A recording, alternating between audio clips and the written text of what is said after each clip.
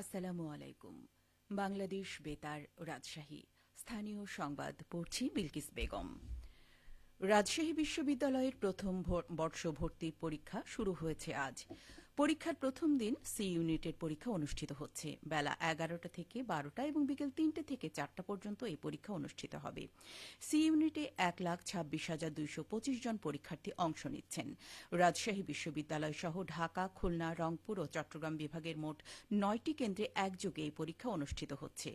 17 ও 19 জানুয়ারি যথাক্রমে এই এবং বি ইউনিটের পরীক্ষা অনুষ্ঠিত হবে। রাবির উপাচার্য অধ্যাপক ড সালেহ হাসান নকিব জানান, সব ধরনের নিরাপত্তা নিশ্চিতের পাশাপাশি সুন্দর সুশৃঙ্খল পরিবেশে প্রথম বর্ষ ভর্তি পরীক্ষা অনুষ্ঠিত হচ্ছে। যেহেতু রাবি ছাড়াও অন্যান্য বিভাগে কেন্দ্র স্থাপন করা হয়েছে, তাই নিরাপত্তার বিষয়টি বিবেচনায় রাখা হয়েছে। রাবি প্রশাসন সহ আইন শৃঙ্খলা বাহিনী সব ধরনের তদারকি করছে। তিনি আরও জানান, পরীক্ষার্থীদের প্রবেশপত্র থেকে শুরু করে পরীক্ষার সময় ও কেন্দ্র সহ বিস্তারিত অনলাইনে এবং এসএমএস এর মাধ্যমে প্রেরণ করা হয়েছে। ভর্তি পরীক্ষায় অংশগ্রহণের জন্য নিবন্ধন থেকে শুরু করে ফল প্রকাশ, বিষয় ও হল নির্বাচন, মাইগ্রেশন সহ সামগ্রিক প্রক্রিয়া অনলাইন প্রক্রিয়ার আওতাধীন। এতে করে দ্রুত, স্বচ্ছ ও নির্ভুল ফল প্রকাশ করা এবং জালিয়াতি সহ কারসাজি রোধ করা সম্ভব হবে। ত্রয়োদশ জাতীয় সংসদ নির্বাচন ও গণভোট 2026 উপলক্ষে সিরাজগঞ্জের বেলকুচিতে মত বিনিময় সভা অনুষ্ঠিত হয়েছে। গতকাল বেলকুচি উপজেলা প্রশাসনের উদ্যোগে উপজেলা পরিষদ অডিটোরিয়ামে মত বিনিময় সভায় প্রধান অতিথি ছিলেন সিরাজগঞ্জের জেলা প্রশাসক ও জেলা রিটার্নিং কর্মকর্তা মোহাম্মদ আমিনুল ইসলাম। প্রধান অতিথির বক্তব্যে তিনি বলেন, ত্রয়োদশ জাতীয় সংসদ নির্বাচন সুষ্ঠুভাবে সম্পন্ন করতে প্রশাসন অন্যান্য বারের তুলনায় এবার কঠোর অবস্থানে রয়েছে।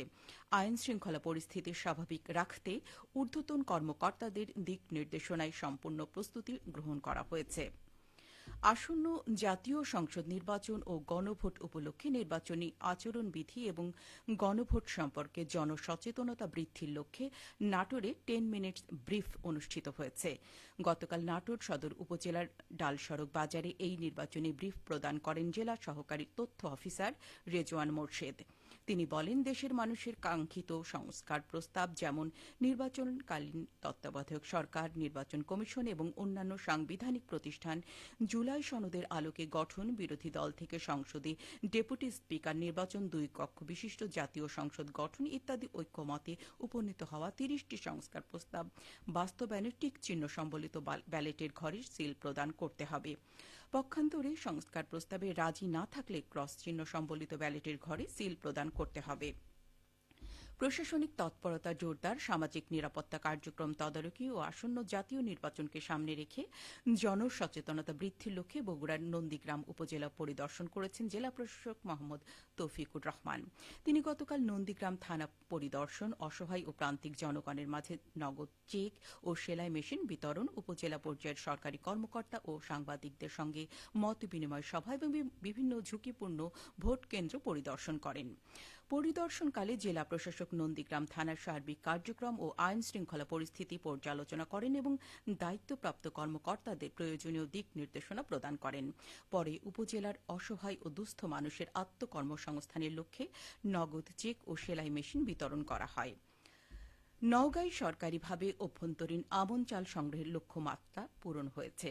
খাদ্য বিভাগ জানিয়েছেন, জেলার সিদ্ধ চালের সংগ্রহ লক্ষ্যমাত্রা ছিল 24,434 মেট্রিক টন। অতিরিক্ত বরাদ্দ সহ সংগ্রহে রয়েছে 33,932 মেট্রিক টন। এছাড়াও 3,305 মেট্রিক টন ধান সংগ্রহের লক্ষ্য নিয়ে অভিযান শুরু করে এ পর্যন্ত 3,036 মেট্রিক টন সংগ্রহ হয়েছে। জেলা খাদ্য নিয়ন্ত্রক ফরহাদ খন্দকার জানিয়েছেন, চলতি আমন মৌসুমে 39,000 কেজি দরে সরাসরি কৃষকের কাছ থেকে ধান ও 50 টাকা কেজি দরে মিলারদের কাছ থেকে সিদ্ধ চাল সংগ্রহ করা হয়েছে।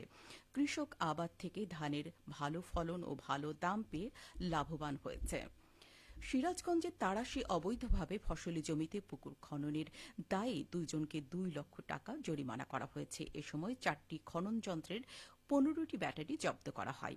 গতকাল উপজেলার কাউরাইল এলাকায় এই অভিযান ও ভ্রাম্যমাণ আদালত পরিচালনা করেন উপজেলা নির্বাহী কর্মকর্তা নুসরাত জাহান।